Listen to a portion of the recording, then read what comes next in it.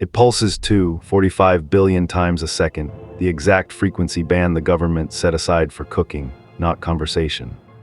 A magnetron pulled straight from 1940s radar flips every water molecule in your meal billions of times a second until they cook themselves.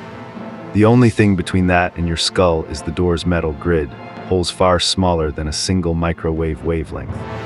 Now the quietest monster in the room, the supercomputer in your pocket, steering satellites 550 miles overhead.